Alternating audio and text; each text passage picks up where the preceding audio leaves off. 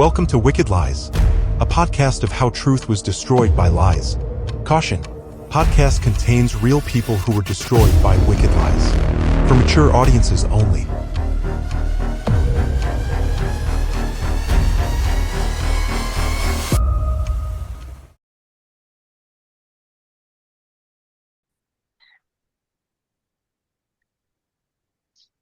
Okay, welcome.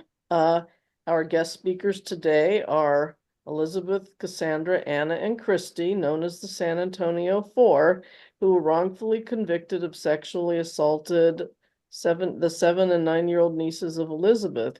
Cassandra, Anna, and Christy were sentenced to 15 years in prison, and Elizabeth was sentenced to 37.5 years. They join us today to share their experience not only in facing these horrendous false accusations, but the devastation of being wrongfully convicted and sentenced to prison, to being exonerated, how life is now that they are free and their names cleared. Appreciate if everybody would keep their mics muted unless you're one of our speakers, and hold your questions until the end of the meeting. Ladies, if you could share with us how you became the San Antonio Four and how you managed to get through it and where you are today. Thanks. Well, I guess I can start. First off, can you hear me? Yes. Okay. It kind of started when I was 16. My mom had given me my emancipation papers. I happened to go live with my sister and Javier, which is my brother-in-law, who kind of started with the accusations. After that, I went to stay with my first girlfriend, which was Jolene, and I ended up being pregnant. I was about I was 7 weeks when I first found out, but when the accusation started in 1994, I was 3 months pregnant. The kids had come over and spent 2 weeks at my apartment, and my friends had stayed, and we all kind of hung out and kind of did, kind of what friends do. The fact that we were gay and we were in relationships, which wasn't quite accepted during that time. So we had a small community, which was just kind of us four hanging out, going out to the park and just doing things, of that nature. And then I get a knock at the door from a homicide detective that told me that, I needed to come down to the station and answer some questions. So I go down to the station, and lo and behold, the detective is asking me if I know Vanessa, Stephanie, and Javier Limon. So I tell him, yes, that's my nieces, and that's my brother-in-law. And he says, do you know that they're accusing you of aggravated sexual assault? And I was like, no, why would they be doing that? And he says, yeah, they say that, they were assaulted, and you and your 3 friends. And so that's kind of how the case started going. And this was back in 1994. Then they ended up they took me in for questioning, and they took in Christy, and then Cassie, and Edna. So if any of you guys want to add to that, you can.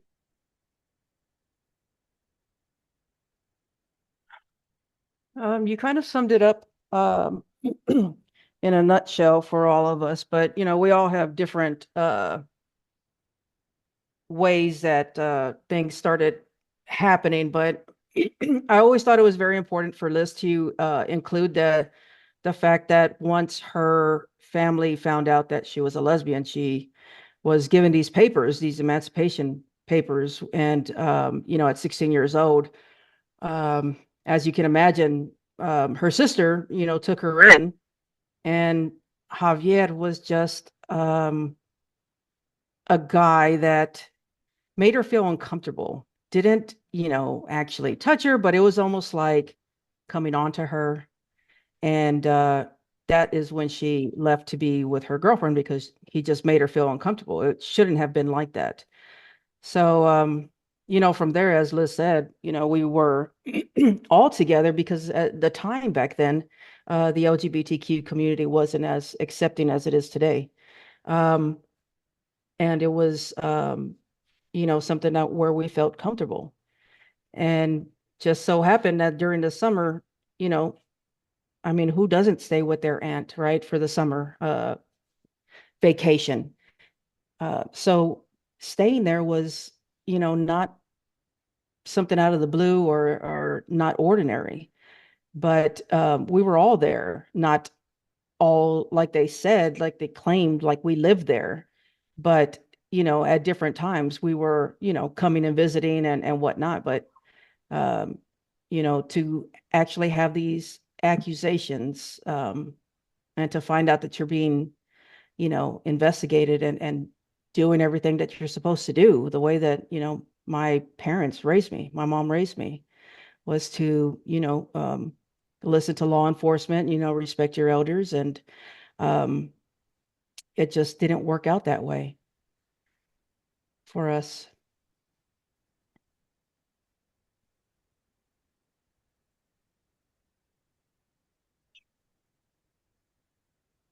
So shortly after that, in 1995, I believe they picked up Anna and Cassie first. And I had just had my son. He was about 3 days old. And they came and arrested me at my apartment, took my son out of my arms and arrested me, took me downstairs, and they took us into the county jail. We all, were all trying to get out on bond, and said that they had indicted us for the aggravated sexual assault to both my nieces. And so the grand jury felt that there was, I guess, enough evidence, and they went ahead and created the case and arrested us for that.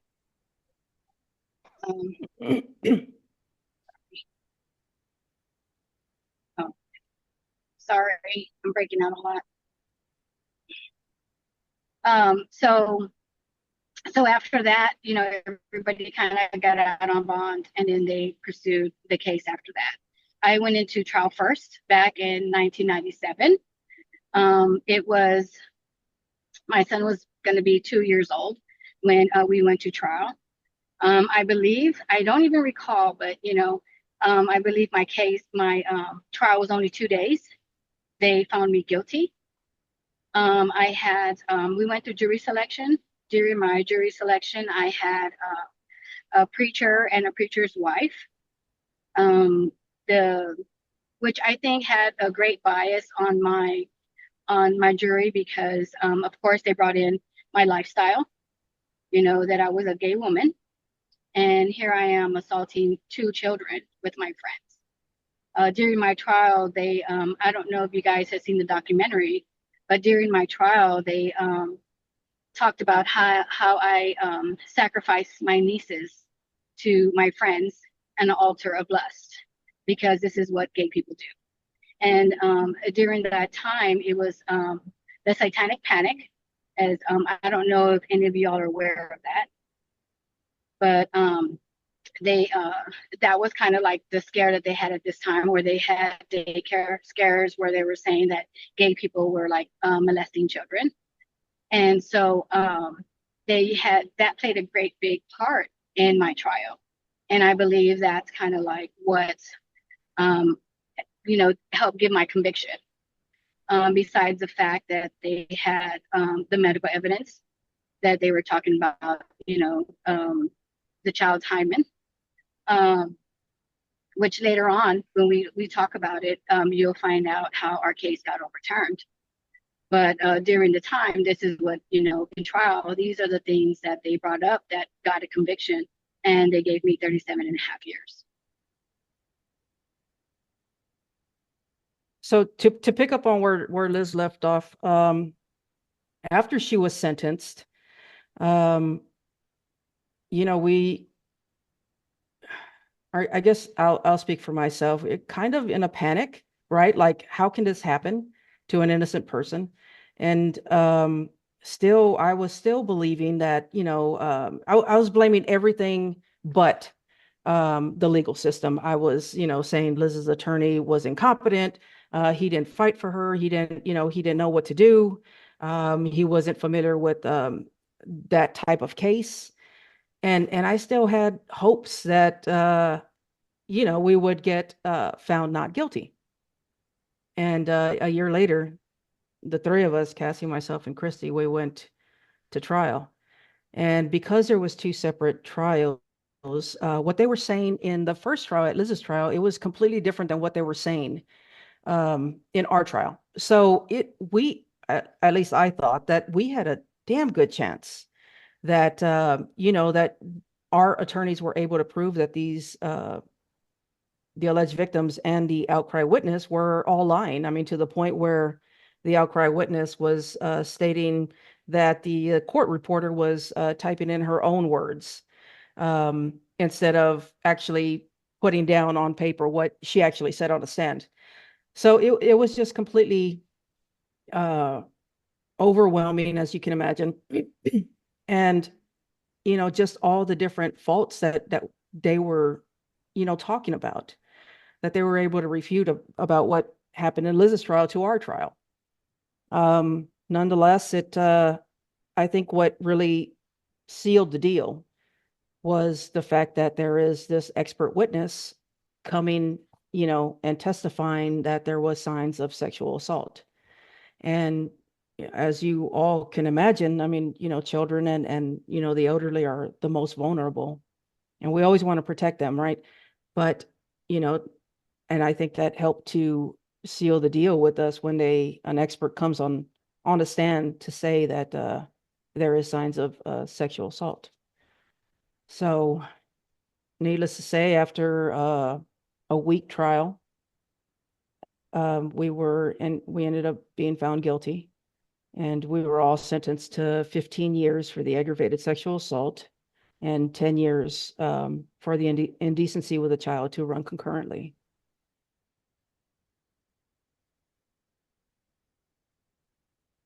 Cass, Chris, you got anything to add? I think you summed it up as nightmare in a nutshell. Yeah. You guys want to, Cassie, you want to talk about when we started trying to figure out how we're going to get new evidence? Yeah, so it was really scary for the three of us after Liz was convicted, because like Anna said, we did not expect that. We were taught that if you told the truth would set you free. Always tell the truth, just be honest, and you're going to be okay. And we were completely honest with everybody. We cooperated. There was a point in time though that the detectives told us if we didn't cooperate, they were going to take my kids away. That was pretty scary, but still, I wanted to cooperate, but I have a lawyer in the family who is my cousin, and he told me, don't say anything until you have representation. Y'all don't speak to anybody until you have representation. And so my parents happened to be away at a football game in Lubbock. My brother was going to Texas Tech and he was playing, and that the detective decided to come for us.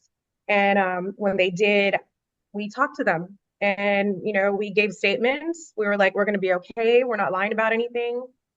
But if you, just like in the movie, you see where Anna said it backfired. Everything backfired. Nothing helped us. They weren't going to believe us. They're going to believe the children. And so basically we're like, okay, this is where we're going to have to try to defend ourselves. And of course, we did get representation. I can't say the best, because we ended up firing those attorneys, and then we hired new attorneys. But we still never felt like we got the representation that we needed. So we went out on our own, and we're trying to, the movie, you'll see where we're trying to prove just little things wrong about how the girls described it. Things such as where the locks were located on the door. They said they couldn't reach them, but they could have. We were not holding anybody captive. We did not hurt anyone. And we wanted the world to know. They said the walls were paper thin. We knew the walls were paper thin. So if they're screaming as they stated they were, anybody would hear them in that complex. There's no way that no one would have missed that or not heard anything. So we went as far as going downtown and trying to get the blueprints of the building that Liz lived in, because we just wanted to prove all of this, but because the building had been torn down. We went over there, we took a camcorder to different people in that used to maybe hopefully stay there or stayed around there. that, could help us with these facts. And we did run into somebody. I mean, it wasn't very useful, obviously, but we did everything we could because we just wanted to prove our innocence. It was horrible. But yeah, we tried, we never gave up, I guess, until the day we had to turn ourselves in. So actually going into prison, it was all of us have now, talked about this. We've been out for a while now, and we found out that each one of us were, writing letters trying to get some kind of assistance from some organization. And unfortunately, they all came back with rejection letters. So as you can imagine, we just basically had to go and conform to prison world. Um, that was the only way to survive throughout it. I wouldn't say that, we ever gave up, but, it was a lot of rejection. So what I always thought was that, I'm going to have to do this 15 years. And then once I get out, I'll be able to, fight for my innocence again. Didn't know how or what, but at this, at that time, that's all I had. I mean, I had to do prison time. There was no assistance coming in. And that's pretty much where it led for many, many years until there was this gentleman by the name of Daryl Otto that I want Liz to um, talk about because she's the one that kind of started that process going with Daryl. Yeah, so back in 2000, and I want to say about nine, I had put an ad out because I was trying to look for like legal help, just someone that would help with the case. And Daryl Otto was a professor back in Canada. He was doing a survey or, research on deviant, like sexual predators. And so he ran across, I guess my ad. And of course, it states like my charges. And so he wrote me and we started corresponding. And of course, from Texas to Canada, it takes like 2 weeks for our letters to get to each other. And so we were kind of talking about it. And he's like, well, talk to me about your case. And I'm like, well, there's really not much to talk about. I'm innocent. For the accusations, nothing ever happened. And, they convicted me with, medical evidence that they said it had, but, nothing ever happened. And he was kind of interested in that. And he said, I told him I had 3 other friends that were incarcerated as well. And that, we were all innocent.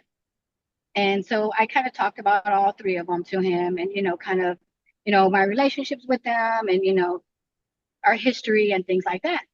So after a while, he ended up getting a copy of my transcripts and he was reading through it and then decided to come down to Texas. And he said he wanted, to help me with the case. And I told him, that I was very grateful, but that if he would help me with my case, he would have to help me and my friends because we were all in it together, And so he was like, okay. So then he started corresponding with Cassie, Anna, and Christy and kind of getting to know them. And he ended up coming to visit all 4 of us here in Texas and kind of got a feel for all of us and knew that, we didn't belong and started to fight our case. He put in a few applications. He had one with the NCRJ and then also one with the Innocence Project. So in 2010, things started kind of moving for us. And 2013, we ended up, the Innocence Project came in and, spoke to us. And, we did polygraphs. We did so many things that we had to do in order for them to even help us with the case. They had to feel as if they knew we were innocent and that they had enough evidence to fight for it. So we all kind of took polygraphs and, went through the whole initial thing. And in 2013, we ended up coming out on bond. Anna, of course, in 2012, she ended up coming out on parole. And because our cases were being fought with the Innocence Project, Anna can kind of touch base on what she went through. But Cassie and Christy had already gone up for parole. and they weren't doing the aggravated sexual assault class that they wanted them to take, which was a sexual case class where I guess the inmates would go in there and they would admit, what they had done, and we're trying to give them treatment for it. But they can kind of touch base on that. I hadn't done enough time to even come up for parole at this time, but all three of them did, experience that.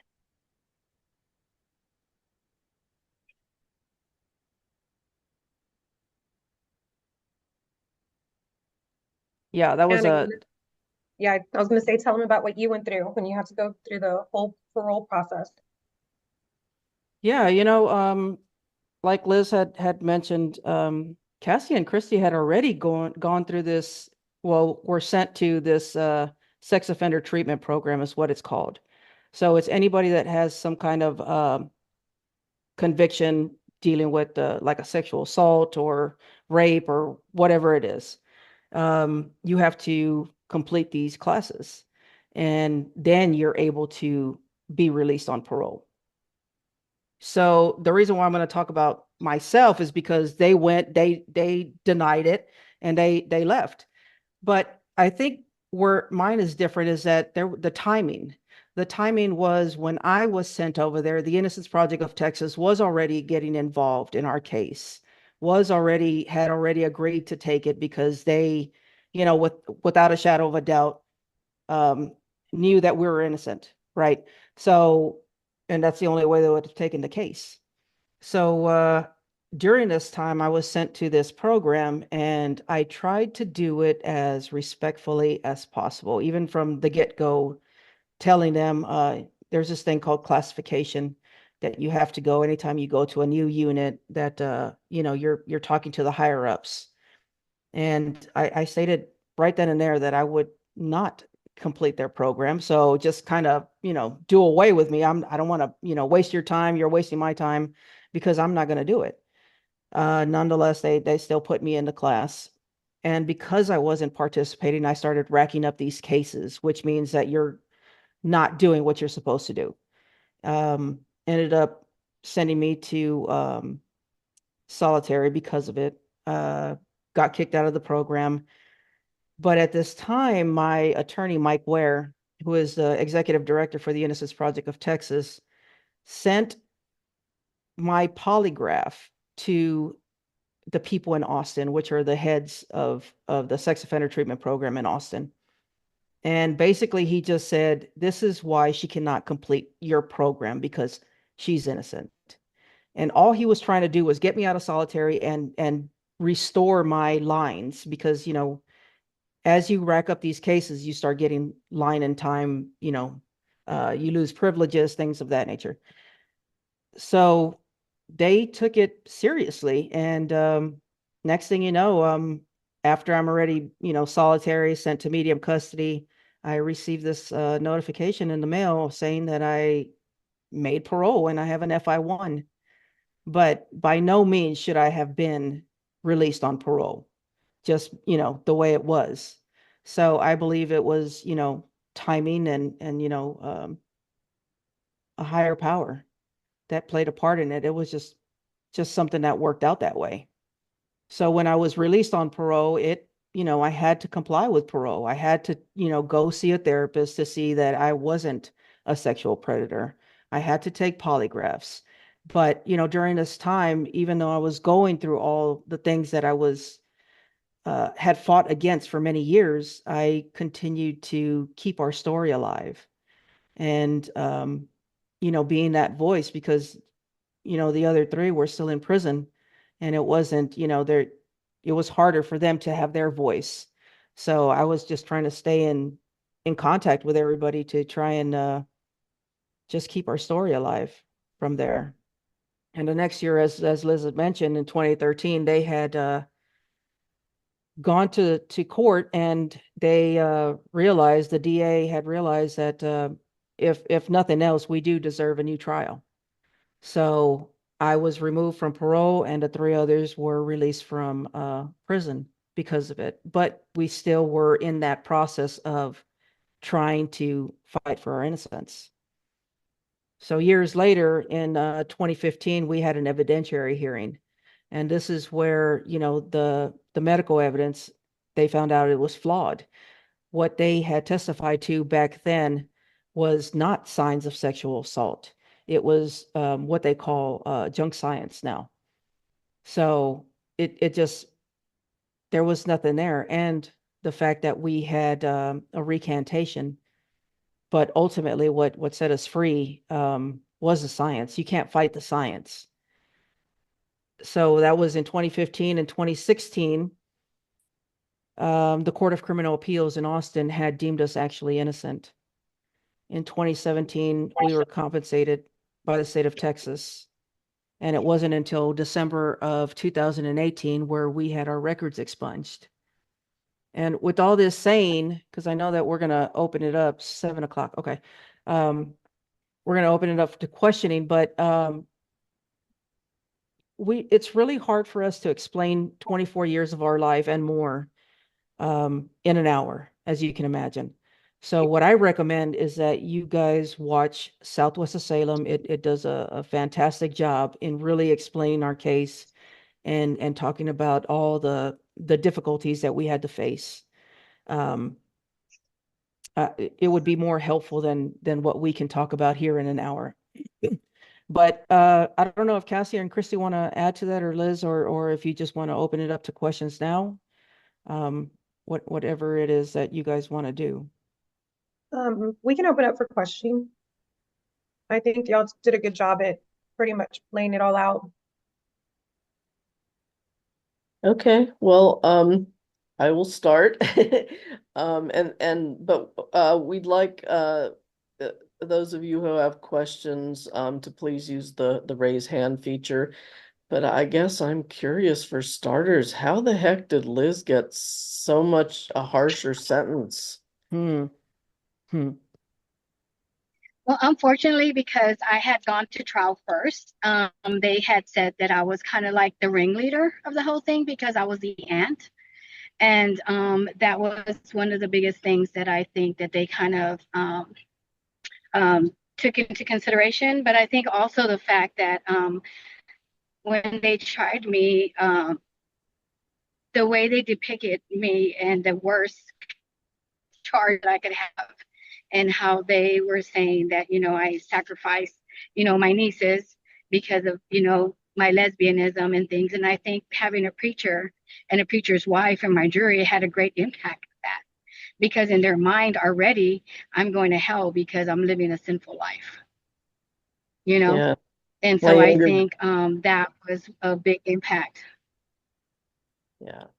So And my and and my daughter's gay, so that's just scary as hell to me. What could happen? well, Don, Just it's even scarier because the climate Right. today. yeah, Yeah. So, Yeah. but I think that the competency of Liz's attorney, I don't think that he really had enough knowledge to know how to fight a case like this. I think that that's something that hurt her as well. It wasn't that there was more evidence, but not to forget that the charges for all of us carried from 5 to 99 years. wow. So there's a huge range, Right. and it's whatever that the jury came back with. And as Liz mentioned, um, she really had some religious people on there, and just the climate back then.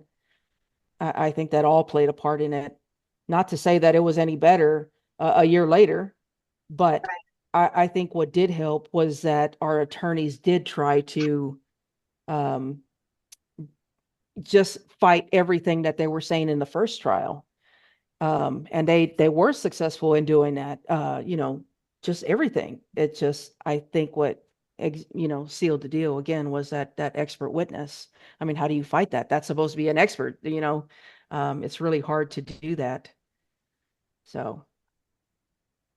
I can imagine. I was just reading a book about somebody who was fighting similar charges and literally used up her parents' entire inheritance. And I mean, she beat the charges, but it cost them like $500,000. So, I mean, for people who don't have those kind of resources, what kind of a chance do you really have?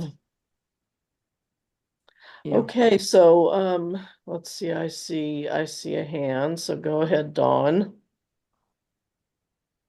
So I got to spend time with a couple of you a few months ago at the Exonerated Nation retreat, and it was great getting to talk with you and meet you and kind of get an idea where things are. But for the group and for Cassie and Christy, since you've been exonerated and you guys been out, or exonerated for 7, going on 8 years, how is life for each of you today? Like, you have the challenges that you go through, from facing the false accusation to a wrongful conviction to spending time in prison and then getting out and having your freedom returned to you, but then getting to the sense of a new normalcy because of the trauma and everything that you've been through. What is life like for each of you today?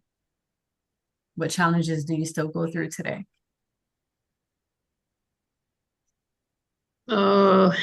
Let's see, for myself. Well, for a while I did do counseling. I did that for like about a year. I feel like, yeah, it helped. Just, I guess, just to know like what I was feeling was normal. Um, but yeah, I did that. I mean, now life is pretty okay, normal,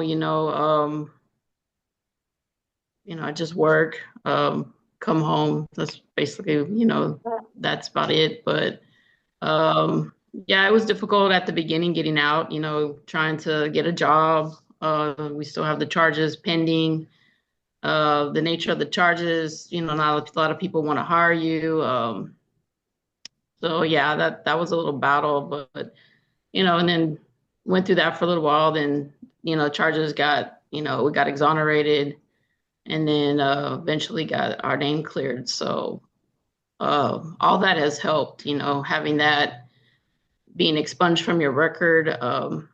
It makes a big difference, compared, like, if we would have not had a different outcome or whatever, we could still have like the charges, but, time served, or, like Anna, when she first came out, she was a registered sex offender. They had to reverse all that out of, get it off her. If you have that on your back, that's even more difficult as well, because you cannot be in certain areas where there's children. So that would have made life even more difficult. So that's been another blessing for us as well, that we got everything cleared and we didn't have to go through that. Whereas many others do have to go through that,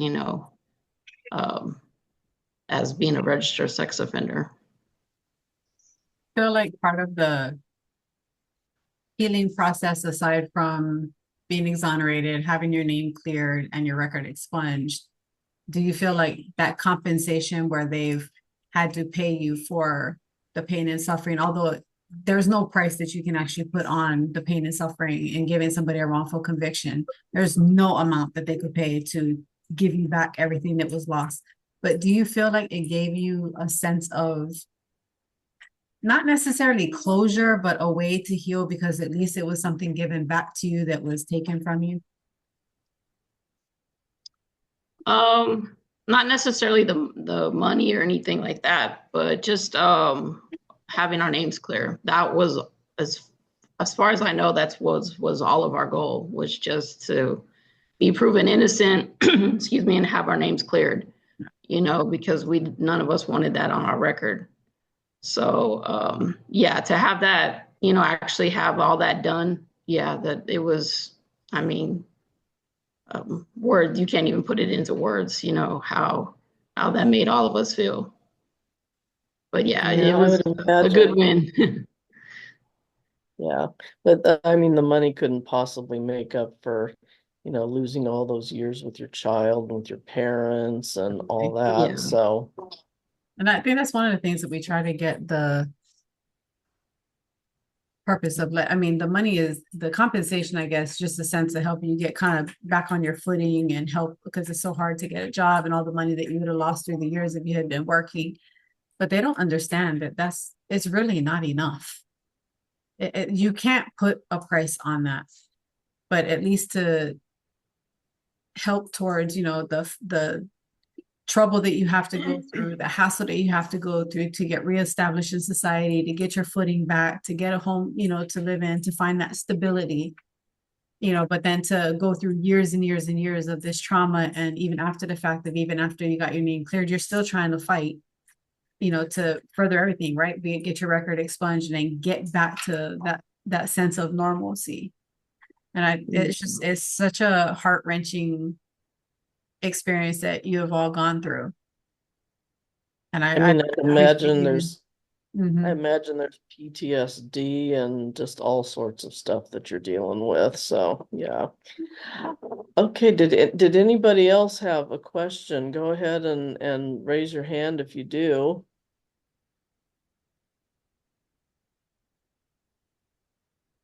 Okay, well, what again was the name of the movie? Southwest of Salem. Southwest of Salem. Okay. Yeah. It's a documentary. You can find it on many different platforms. But just to touch base on some of the trauma that we still deal with, Right. Dawn, it's just the coming back into society, having to relearn even more things. Technology was not the way it is today when we left. Not only that, but rebuilding Yeah, our cell phones were relationships. this big. Yeah. Right. I think they had pagers during that time when I remember Yeah. when I left. I don't even think Yes. there was cell Right. phones. And that was Yeah. the big thing back then, right? Having that pager going. Right. Yeah. Yeah. Yes. Yeah. Yeah. So that, and just having to always live in that survival mode, in that Yeah. fight or flight for so many years, then you come back out and they expect you to just, or they think they can throw some money at you and you're going to be fixed and everything's going to be fine. And it's, it does help to get us started again, right? It does. But nobody wants to talk about the mental health part. Nobody wants to Right. talk about that. I'll tell you what, I drink. I was drinking way too much and having issues with my relationship. I have communication skills. Just there was so many things that you can touch on that money can never be enough for the people that we've lost, throughout the years. The people that I got out, I shortly after I got out, I lost my dad, I lost my brother, and all those years, I never had them. I lost those years with them, only just to have them for a year or two.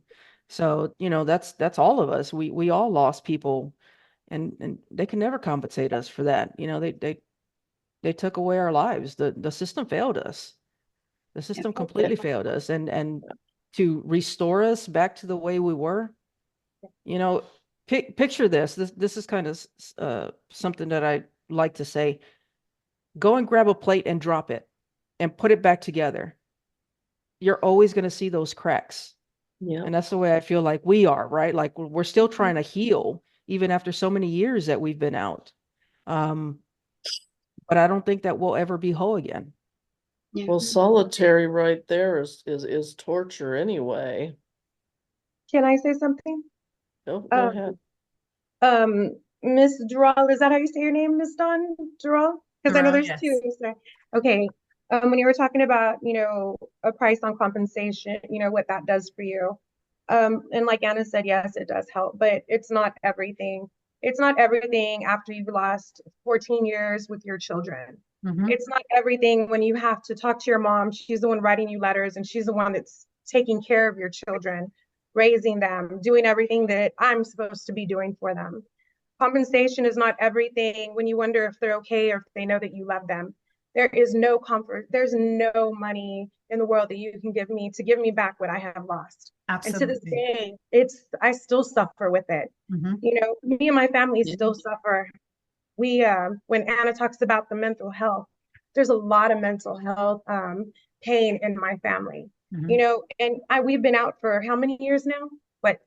How long have we been out now? I mean, I don't even look at the time anymore. What I look at, Almost 12. what I look at is everything we can do because like Christy said, yes, therapy. in therapy full force lately because I lost myself. You know, there was a time when I thought that I could be okay without it, and I would go in and out of it, and I would stop and then I would start. But there's no stopping when you've been through what we've been through, because like the other Miss Dawn said, the PTSD is there and the PTSD is real. Now, you also asked about, you know, how we feel about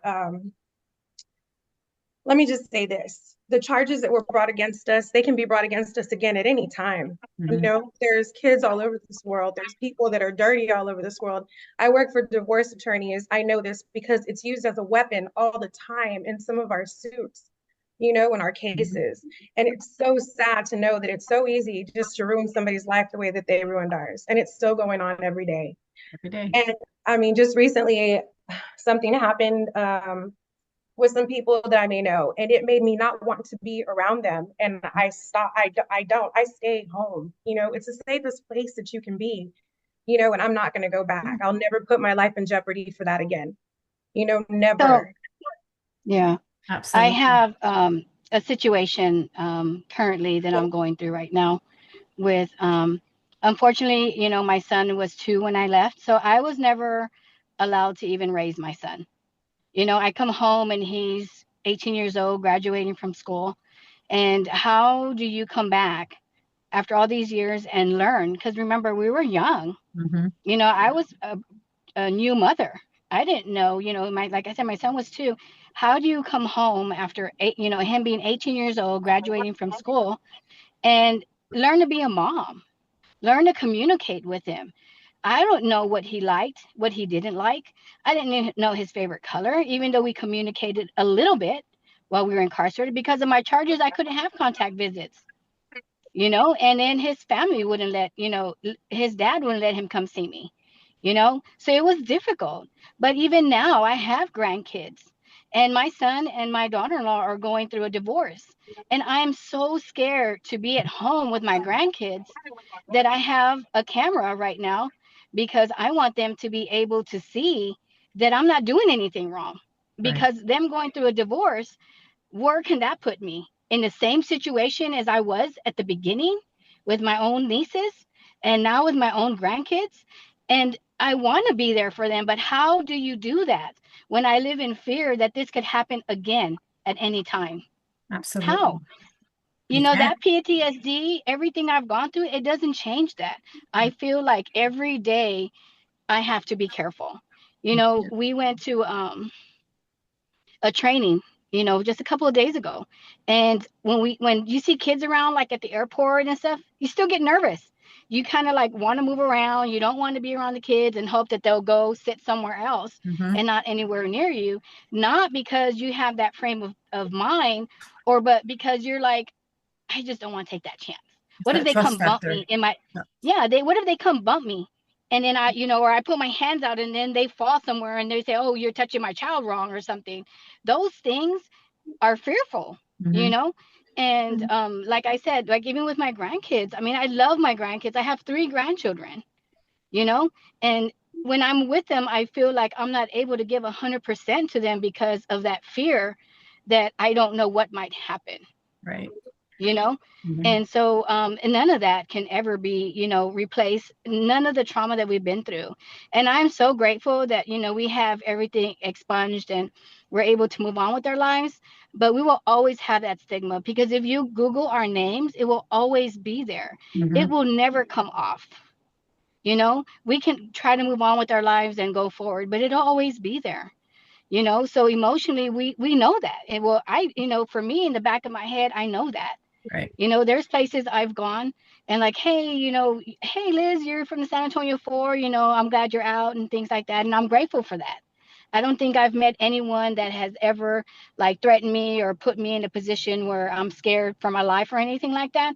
I think God has pretty much protected me, but it doesn't take that away, you know, and, you know, all the stuff that we've been through and all the PTSD that we have to deal with every day. I'm 50 years old and I still do that. 50 years old. And we went through this when we were 19, 20 years old. Yeah. You know, that will never, I don't think we can ever become just normal. We just learn to survive like we did in there out here. Right. except we're with our family now. But you still have that fear. And that's what I really appreciate you and Cassie Like it, addressing that, because part of the reason why I asked it was so many people think that once you get compensated, oh, you're good, you got paid and you're good to go. They don't understand how bad the trauma actually affects you, and that there's no amount of money. I don't care if they gave you billions. It still doesn't get rid of the trauma and the pain and everything that you have to go through. And every day is a struggle. It's a struggle for you guys. It's a struggle for your significant others, your spouses, your families. Everybody is affected differently. You did the time, you did the charges, and you had to face the false accusations, and you carry that stigma. Like you said, if you look up your name, you still see it. It's still there. You were exonerated, but it's still there. It still lingers out there. It doesn't go away. And so I appreciate you sharing that. That's why I asked, was because so many seem to think that just because you get paid, that it just, oh, you got paid. So It goes away. no, Oh it yeah. Oh, doesn't. you're Not fine. at all. Right. Exactly. Not at all. So thank you for Exactly. sharing that and being open and just honest and letting everybody see that how this really does affect you. And like you said, Liz, you deal with this fear with your grandkids. You can't even be wholesome with them 100% Right. because now your son's going through what he's going through. You never know, she might get mad and say something, and now you got the fight, maybe not just for you, but for him. And it's like, I get it, Right. understand. And Yeah. that's what these false accusations and wrongful convictions bring, is this constant fear that you live in and not being able to trust being around anybody. Like you said, even in the airport, if you see a kid nearby, you don't want them nowhere near you because you don't want to take that chance that they could say anything. Right. That's a fear that most who have been wrongfully convicted, falsely accused of a sex assault towards a child would not dare put themselves in that type of situation again, not even be anywhere near, for fear of the fact that that could happen yet again. Yeah. Yeah. I know we're getting close on time. Is there anybody else who has any questions? Well, I was wondering, you know you're innocent, but you can't get out unless you take their sex offenders class. And you have to lie, I'm assuming, and act like you're guilty in order for them to let you go through that. How do you deal with that? Yeah, no, so none of us took part in that those classes, but from my understanding, they are very intensive. They want to find out why you did what you did and come up with a way to fix it, right? Like they think that, I guess they can I don't know, fix it. I'm not sure. I don't know. But I know that it's very intensive. So even if you were going to try to lie just to get out on parole, I think it's just too intensive that they will see that you're lying and they'll push you to tell the truth. And most programs will actually make you do a polygraph as well. And if you don't pass the polygraph, you can't get out anyway. And then if you do get out and you fail a polygraph, you get put back in. So I don't know what it is in Texas and Illinois around, but I know here in Hawaii, they have to do a 2-year sex offender treatment program where they have to admit guilt. They have to admit the things that they did. How do you do that if you didn't do it? And then they Exactly. have to submit Right. to a polygraph. And if they don't pass that polygraph, there's no chance of them getting out. Yeah, the one in TDC at Hilltop was 18 months, right? Kristanana, it was yeah, a year and a half. I didn't stay. I walked myself to seg and I asked for a room. So they put me in segregation for about 40, 50 days until they finally shipped me off to another unit after I had developed enough cases not to be on that unit anymore. But I never participated. And then the lieutenant there, she knew us, she knew of us, she knew of our case because I had talked to her before. So when she was writing me up, she never took my commissary privileges. She never took anything like that. She lines and she did take some time because she knew that was worthless to me because I didn't care about parole. I wasn't wanting parole because we were never, I mean, none of us were never going to admit that, we had done something that we were accused, that we didn't do. So every time I would go in front of her for punishment or whatever, she would be like, I'm just going to take a line at a time. And sometimes she was like, all I can do is hope that everything works out for you.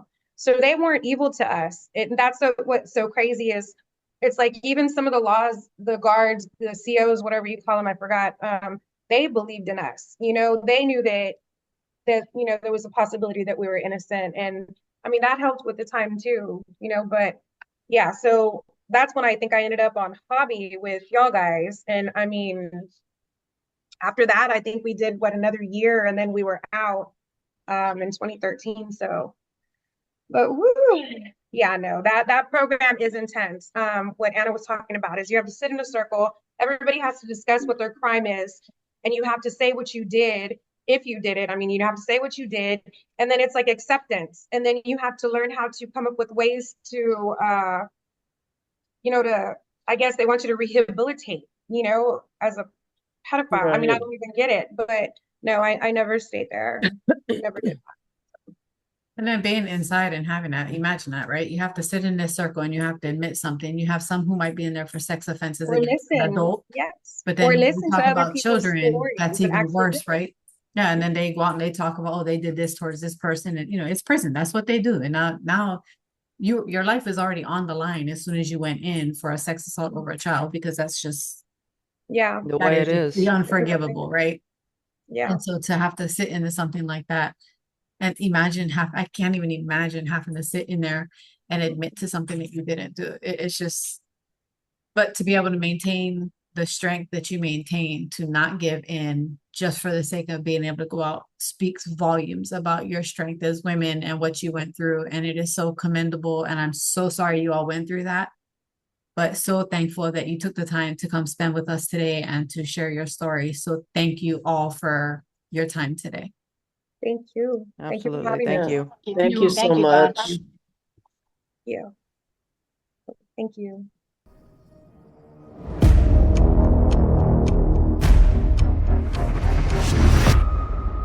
Thank you for listening to Wicked Lies. If you would like to learn more about advocates for the falsely accused, join us at www.theaffa.org. That's www.theaffa.org.